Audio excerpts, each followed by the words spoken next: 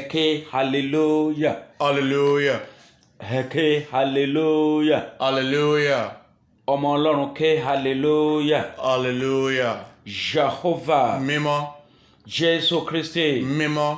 Michael mímọ́. Mímọ́.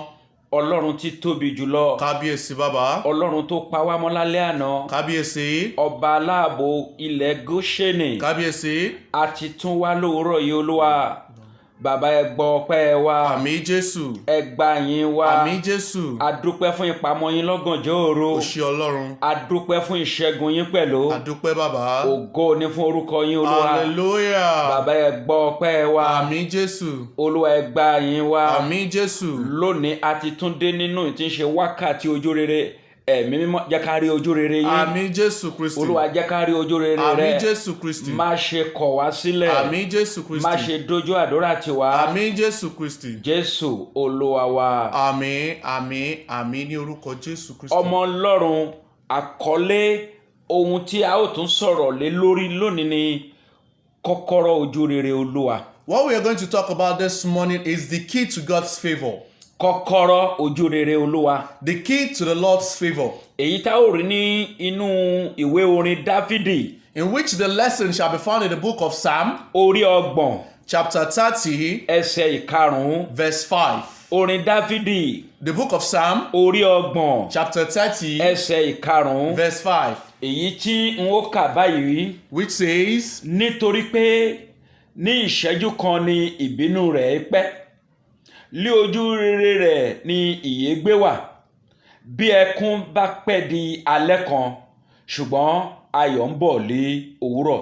Kí Olúwa kó bùkún fún ọ̀rọ̀ rẹ̀. Amen.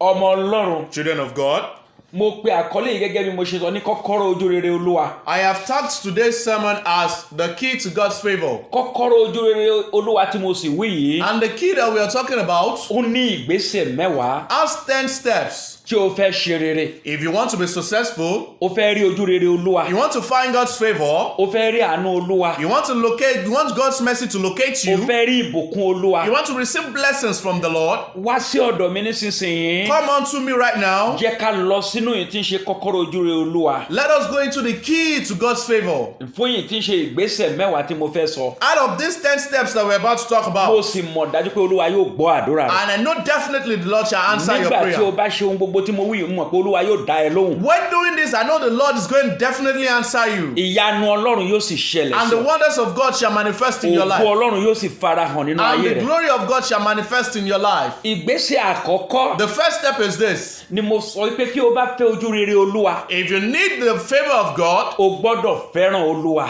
definitely you need to love God. O gbọ́dọ̀ fẹ́ràn Olúwa. You need to love God. O fẹ́ ojú rere Olúwa. You want God's favor, Fẹ́ràn Olúwa. you need to love God. Mo fẹ́ ká lọ sínú Bíbélì. Let's go into the Bible, Ìwé Òwe the book of Proverbs, orí kẹta chapter 3, láti ẹsẹ̀ ìkíní from verse 1 lọ sí ẹsẹ̀ ìkẹrin. to verse 4. Ìwé Òwe The book of Proverbs, orí kẹta chapter 3, ẹsẹ̀ ìkíní from verse 1 láti lọ sí ẹsẹ̀ ìkẹrin to rẹ̀. verse 4. Tí ó kà báyìí wípé. Ọmọ mi, má ṣe gbàgbé òfin mi, Aha. sì jẹ́ kí àyà rẹ kí ó pa òfin mi mọ́, Aha. nítorí ọjọ́ gígùn Aha. àti ẹ̀mí gígùn Aha. àti àlàáfíà Aha. ni wọ́n ó fi kún fún ọ. Oh my God. Má ṣe jẹ́ kí àánú àti òtítọ́ kí ó fi ọ́ sílẹ̀. Ó mà ṣe o. Sowọ́ mọ́ ọrùn rẹ, Yes. kàn wá sí wàhálà àyà rẹ. Aha. Bẹ́ẹ̀ ni kí ìwọ ó rí ojú rere àti ọ̀nà rere lójú Ọlọ́run àti ènìyàn. Oh my God.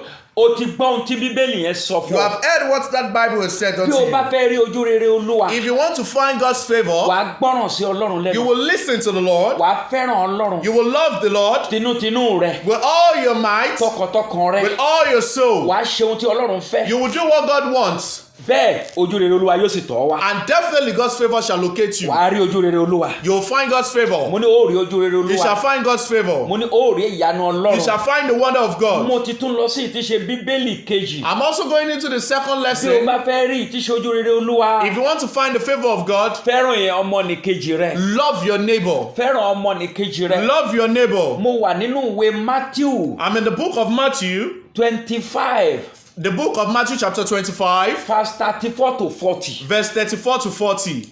Matthew The book of Matthew 25 from verse 25, chapter 25, 34 to 40. 34 to 40. Tó wí pé Which says, nígbà náà ni ọba yóò wí fún àwọn tí ó wà ní ọwọ́ ọ̀tún rẹ̀ pé, ẹ wá, ẹ̀yin alábùkún fún bàbá mi, ẹ jogún ìjọba tí a ti pèsè fúnlẹ̀ láti ọjọ́ ìwá. Nítorí ebi pa mí, ẹ̀yin sì fún mi ní oúnjẹ, òǹgbẹ ń gbẹ mí, ẹ̀yin sì fún mi ní ohun mímu, mo jẹ́ àlejò, ẹ̀yin sì gbà mí sí ilé, mo wà ní ìhòhò, ẹ̀yin sì daṣọ bò mí, mo ṣe àìsàn, ẹ̀yin sì bójútó mi, mo wà nínú túbú, ẹ̀yin sì tọ̀ mí wá. Nígbà náà ni àwọn olóòótọ́ yóò dá lóhùn wípé, Olúwa, nígbà wo ni àwa rí tí ebi ń pa ọ́, tí àwa fún ọ ní oúnjẹ, tàbí tí òǹgbẹ ń gbẹ ọ́, tí àwa fún ọ ní ohun mímu? Nígbà wo ni àwa rí ọ ní àlejò, tí àwa sì gbà ọ́ sílé, tàbí tí ìwọ wà ní ìhòhò, tí àwa sì daṣọ bò ọ́? Tàbí nígbà wo ni àwa rí tí wọ́n ń ṣe àìsàn tí a bójútó ọ, tàbí tí ìwọ wà nínú túbú tí àwa sì tọ̀ ọ́ wá? Ọba sì dáhùn, yóò sì wí fún wọn pé, lóòótọ́ ni mo wí fún yín, níwọ̀n bí ẹ̀yin ti ṣe fún ọ̀kan nínú àwọn arákùnrin mi wọ̀nyí tí ó kéré jùlọ, ẹ̀yin ti ṣe fún mi. Oh my God. Bí o bá fẹ́ rí ojú rere Olúwa, If you want to find God's favor, wàá fẹ́ràn àwọn ọmọnìkejì you rẹ. will love your neighbor. Wàá ṣe fún ọmọnìkejì You rẹ. will do good things to your neighbor. Wàá ran ọmọnìkejì rẹ lọ́wọ́. You will help your neighbor. Wàá gbé àánú dìde fún ọmọnìkejì You rẹ. will be merciful to your neighbor. Ẹni tó bá ran ọmọnìkejì lọ́wọ́, He that has helped his neighbor òun ni Olúwa yóò ràn lọ́wọ́. is the one that God is going to help. Ran ọmọnìkejì lọ́wọ́ Help your neighbor kí o lè rí ojú rere Olúwa. so he can receive the mercy of the Kí o Lord. lè rí àánú Olúwa. So you can find the mercy of the Lord. Kí o lè rí ayọ̀ Olúwa. So you can receive the joy of the Lord. Kí ògo tuntun lè dé bá ọ. So that a new joy can be your portion. Wàá rí ìtíṣe ojú rere Olúwa You shall sẹ́ẹ̀. find the favor of God. Agbára Ọlọ́run yóò sì ṣe ẹ́ lógo. And the power of God shall glorify Ìyanu you. Ọlọ́run yóò sì ṣẹlẹ̀ sí And the ọ. wonder of God shall happen to you. Ojú ò ní tì ọ́. You shall not be put to Mo shame. lọ sí ìtíṣe ìgbésẹ̀ ìkẹta. I'm on to the next step, the third one. Tí o bá fẹ́ rí ojú rere Olúwa, If you want to find God's favor, wàá kórìíra nǹkan tí Ọlọ́run kórìíra. you are going to hate what God hates. Wàá kórìíra nǹkan tí Ọlọ́run You kórìíra. are going to hate what God hates. Wàá jìnnà sí nǹkan tí Ọlọ́run sọ pé kò jìnnà sí. You are going to flee away from it that the Lord has asked you to flee away from. Mo mú ẹ̀kọ́ yìí nínú ìtíṣe ìwé ìfihàn And this lesson is taken from the book of Revelation, orí kejì chapter 2, ẹsẹ̀ ìkẹfà. verse 6. Ìwé ìfihàn The book of Revelation, orí kejì chapter 2, ẹsẹ̀ ìkẹfà verse 6, tí ó kà báyìí pé which says, ṣùgbọ́n ṣùgbọ́n èyí ni ìwọ ní pé ìwọ kórìíra iṣẹ́ àwọn Nikolatiani, èyí tí èmi pẹ̀lú sì kórìíra. oh my God, ó kórìíra àwọn wo ni Nicolaitani? Who are these Nicolatians? Àwọn abọ̀rìṣà, The idol worshippers. àwọn tó ń fi ìtíṣe ẹran àti ohun ìtíṣe ohun ìní fi rúbọ sí òrìṣà wọn, Those that use meat to serve their idols. àwọn tí kò gbọ́ Ọlọ́run gbọ́, Those that do not believe in the Lord. àwọn là ń pè ní Nicolaitani. Those are the Nicolatians. Bí o bá fẹ́ rí ojú rere Olúwa, If you want to find God's favor, wàá kórìíra nǹkan tí Ọlọ́run you kórìíra. hate what God hates. Olúwa náà òun kórìíra wọn. The Lord said he hates them, Ìwọ náà ó kórìíra rẹ̀. and you too must hate it. Kì í ṣe pé kó o máa sin Ọlọ́run. Not just worshiping God. Lónìí a rí ọ nílé òrìṣà. Today you are found in the idol Lọ́la a rí ọ nílé worshippers. òrìṣà. Tomorrow you are found with the idol Ó sì worshippers. wí pé ìtíṣe ọmọ Ọlọ́run ni ọ́. And you say you are a child of God. Ó sì wí pé ó ń sin Ọlọ́run. And you say you are worshiping the Wàá Lord. kórìíra nǹkan tí Ọlọ́run You are going kórìíra. to hate what God hates. Nípa ṣíṣe báyìí, By doing this, wàá wá rí ojú rere you will Olúwa. find God's Wàá favor. rí ojú rere Olúwa. You will find God's Wàá rí favor. ojú rere You Olúwa. will find God's favor. Mo lọ sí ìtíṣe ìgbésẹ̀ ìkẹrin. I'm on to the fourth step. Bí o bá fẹ́ rí ojú rere Olúwa, If you want to find God's favor, wàá gbìyànjú láti lawọ́ sí ọmọnìkejì. you make sure you're helping your neighbor. Wàá lawọ́ sí Ọlọ́run pàápàá. You are going to even offer your help to the Lord. Ọlọ́run kì í jẹ iyán. The Lord does not feed on pounded Ọlọ́run yam. kì í jẹ The Lord sẹ̀mófítà. does not eat semovita. Ṣùgbọ́n ó gbìyànjú láti ṣe fúnlé Ọlọ́run. But you need to do good things to the house of the Lord. Wàá gbìyànjú láti ṣe fún ìtíṣe ìrere Ọlọ́run. You are going to do more for the evangelism of the Lord. Gbogbo nǹkan tí ó wá dàbí ìtíṣe ó lè mú inú Ọlọ́run dùn ni ó gbìyànjú láti ṣe fún. You need to do all things that is going to make the heart of the Lord happy to you. So nípa èyí, And by doing this, wàá rí ojú rere Olúwa. you will find God's favor. Mo lọ sí ìwé Genesis I'm on to the book of orí Genesis, kejìlélọ́gbọ̀n chapter 32, tí ṣe ẹsẹ̀ ìkarùn-ún. verse 5. Orí kejìlélọ́gbọ̀n. Chapter 32. Ẹsẹ̀ ìkarùn-ún. verse 5. Tí ó kà báyìí wípé. Mo sì ní màálù. Aha. Àti kẹ́tẹ́kẹ́tẹ́. Bẹ́ẹ̀ni. Àti abo ẹran. Yes. Àti ìránṣẹ́kùnrin. Yes. Àti ìránṣẹ́bìnrin. Aha. Mo sì ránṣẹ́ wá wí fún olúwa mi kí èmi kí ó lè rí oore ọ̀fẹ́ ní ojú rẹ̀. Àwọn máa ṣe o. Ó ní màálù, ó ní kẹ́tẹ́kẹ́tẹ́, ṣùgbọ́n síbẹ̀ sí ó lọ sí ọ̀dọ̀ Olúwa Ọlọ́run rẹ̀, ó lọ sí ìtíṣe ọ̀dọ̀ ọ̀gá rẹ̀, ó lọ sí ọ̀dọ̀ ẹni tí ó jẹ́ pé Ọlọ́run rẹ̀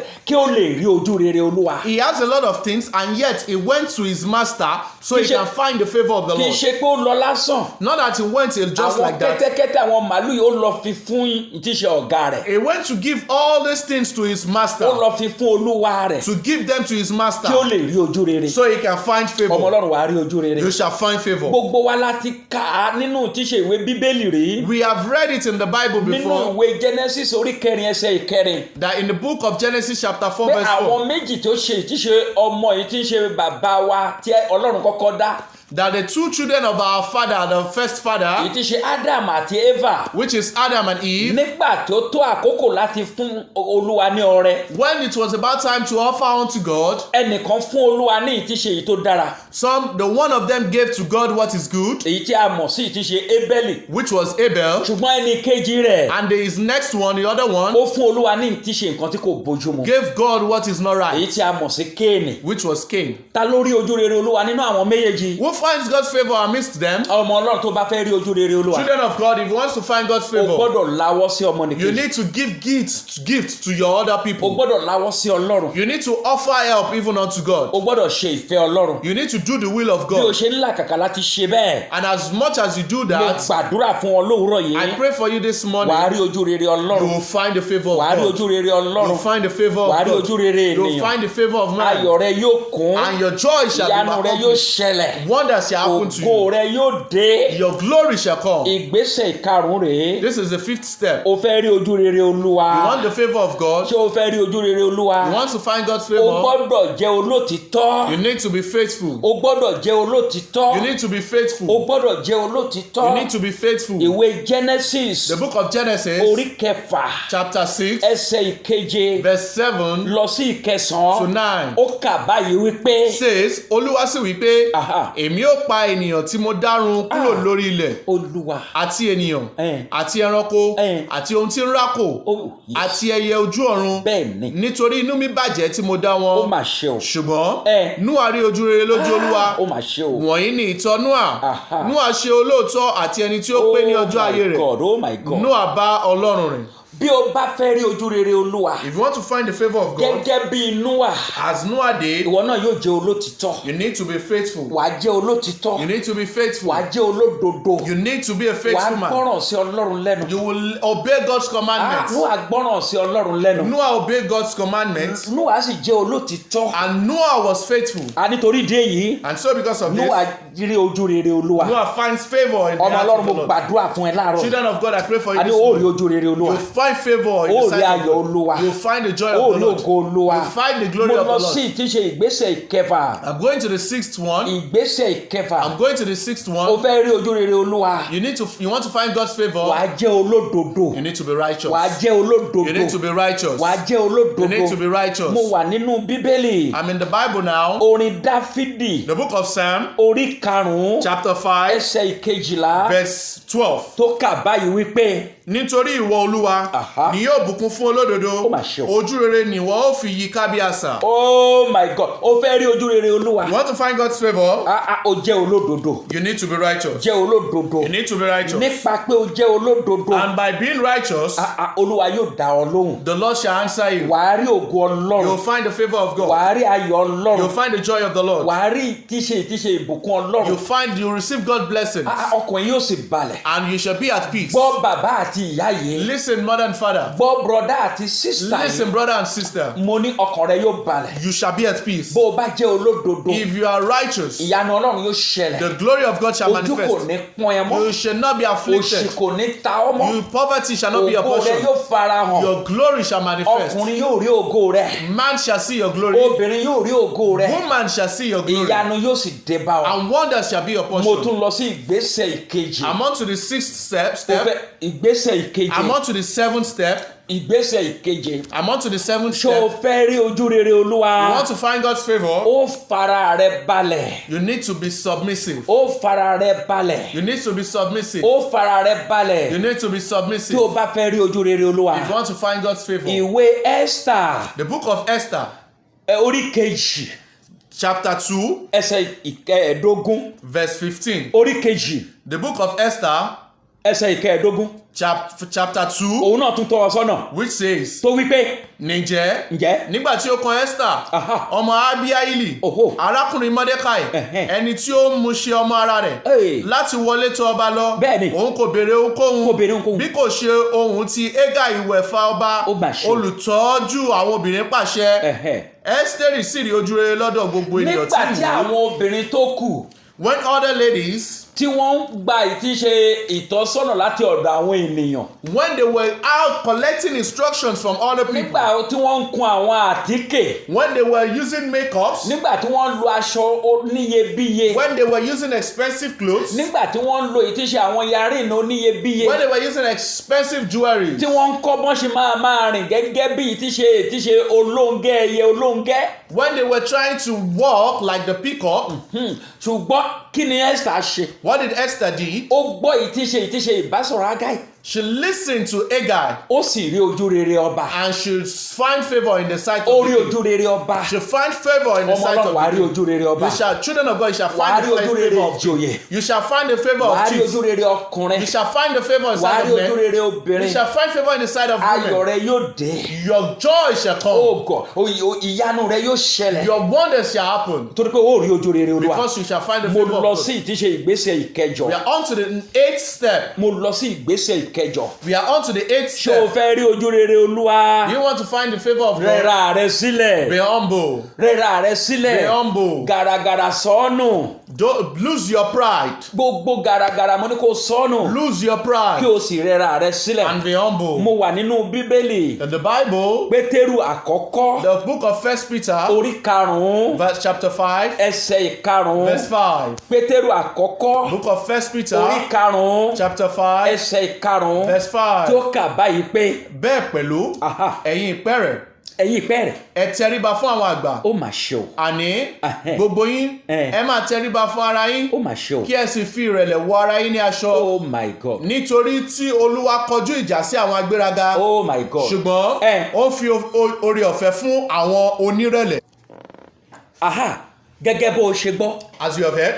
O gbọ́dọ̀ rẹra rẹ sílẹ̀. You need to be humble. Rẹra rẹ sílẹ̀. You need to be humble. Kí Ọlọ́run kó lè gbé ọ ga. So the Lord can lift you. Kí Ọlọ́run kó lè gbé ọ ga. So the Lord can lift you. Olúwa yóò gbé ọ ga. The Lord shall lift you. Wàá rí àánú Ọlọ́run. You shall receive the mercy of the Lord. Wàá rí ojú rere Ọlọ́run. You shall find the favor of the Lord. Wàá rí ayọ̀ Ọlọ́run. You shall find the joy of the Lord. Ògo Ọlọ́run yóò wọlé tọ̀ wá. And the glory of God shall come into your life. Ìgbésẹ̀ ìkẹsàn-án. The 9th step. Tí o bá fẹ́ rí ojú rere Olúwa. If you want to find the favor of God. Tí o bá fẹ́ rí ojú rere Olúwa. If you want to find the favor of God. O gbọ́dọ̀ ṣòótọ́. You need to be honest. O gbọ́dọ̀ ṣòótọ́. You need to be honest. Mo lọ sínú ìwé Bíbélì. Let's go into the Bible. Ìwé òwe. The book of Proverbs. Orí kọkànlá. Chapter 11. Ẹsẹ̀ ìkíní. Verse 1. Ìwé òwe. The book of Orí Proverbs. kọkànlá. Chapter 11. Ẹsẹ̀ ìkíní. Verse 1. Tó wí pé. Òṣùwọ̀n èké ìríra ni lójú Olúwa. Oh my God. Ṣùgbọ́n òṣùwọ̀n òtítọ́ ní dídùn inú rẹ̀. Olúwa òṣùwọ̀n tí ṣe èké ríra ni Ọlọ́run kórìíra rẹ̀. God hates dishonesty. Ó fẹ́ rí ojú rere Olúwa. You want to find the favor of God? Ṣòótọ́. Be honest. Ṣòótọ́. Be honest. Ṣòdodo. Be honest. Ó sì rí ojú rere Olúwa. And you shall find the favor of the Ó sì rí Lord. ojú rere Olúwa. And you shall find the favor of the Ó ti Lord. kàárí nínú ìwé Genesis tí ṣe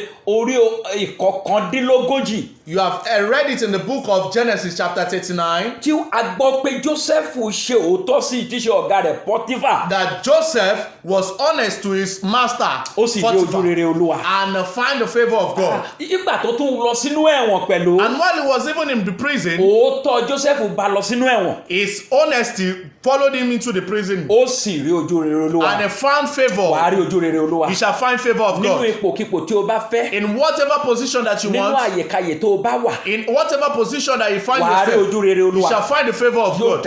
It shall be well with you. Wàá rí àánú gbà. You shall find blessing. Wàá rí ìyanu Ọlọ́run. The wonders of God shall locate you. Ìgbésẹ̀ ìkẹwàá rèé. This is the 10th step. Ṣé o fẹ́ rí ojú rere Olúwa? Do you want to find the favor of God? Jẹ́ ọlọ́gbọ́n. Be wise nípa ọ̀nà Ọlọ́run. in the way of the Lord. Jẹ́ ọlọ́gbọ́n. Be wise nípa ọ̀nà Ọlọ́run. in the way of the Lord. Wàá sì rí ojú rere Olúwa. And you shall find the favor of the Lord. Ìwé Lúùkù. The book of Luke, Orí kejì. chapter 2. Lúùkù. The book of Luke, Chapter 2. chapter 2, Verse 52. verse 52. Tó kà báyìí wípé. Jésù sì ń pọ̀ ní ọgbọ́n, Aha. ó sì ń dàgbà, Aha. ó sì ń wà ní ojú rere ní ọ̀dọ̀ Ọlọ́run àti ènìyàn. Ó ń dàgbà, Jésù ń wà nínú ọgbọ́n, ó wà nínú ìmọ̀, ó sì ń dàgbà, ó sì rí ojú rere tí ń ṣe bàbá rẹ̀ Jehovah. Jesus grew in wisdom and found favor in the sight of God and man. Wàá rí ojú rere. You shall find favor in Mo ní man. ó rí ojú rere. You shall find favor. Àánú Ọlọ́run yóò wá orí. And the Ìyanu yóò mercy of God shall ṣẹlẹ̀. locate you. Ògo Ọlọ́run yóò farahàn. The glory of God shall Ojú ò ní manifest. pọ́n ẹ. You shall not be Ojú ò ní afflicted. tì ọ́. You shall not be put Òṣì to ò ní shame. ta ọ́. You shall not languish in Ìyà ò poverty. ní jẹ ọ́. You shall not be suffered. Àánú á wá ọkàn. Mercy shall locate you. Lọ́sẹ̀ yìí This week, wàá ṣe rere. you shall succeed. Mo ní ó ṣe rere. You shall succeed. Ó ṣe rere. You shall succeed. Ó ṣe rere. You shall succeed. Ó ṣe rere. You shall succeed. Ìgbéga yóò dé bá ayé rẹ. Elevation shall be your portion. Jésù Kristi Olúwa wa. In Jesus' name we have prayed. Méje sí Olúwa. Hallelujah, hallelujah, hallelujah, hallelujah, hallelujah, hallelujah, hallelujah. Wàá rí ojú rere You lọ́sẹ̀ shall yìí. find the favor of God.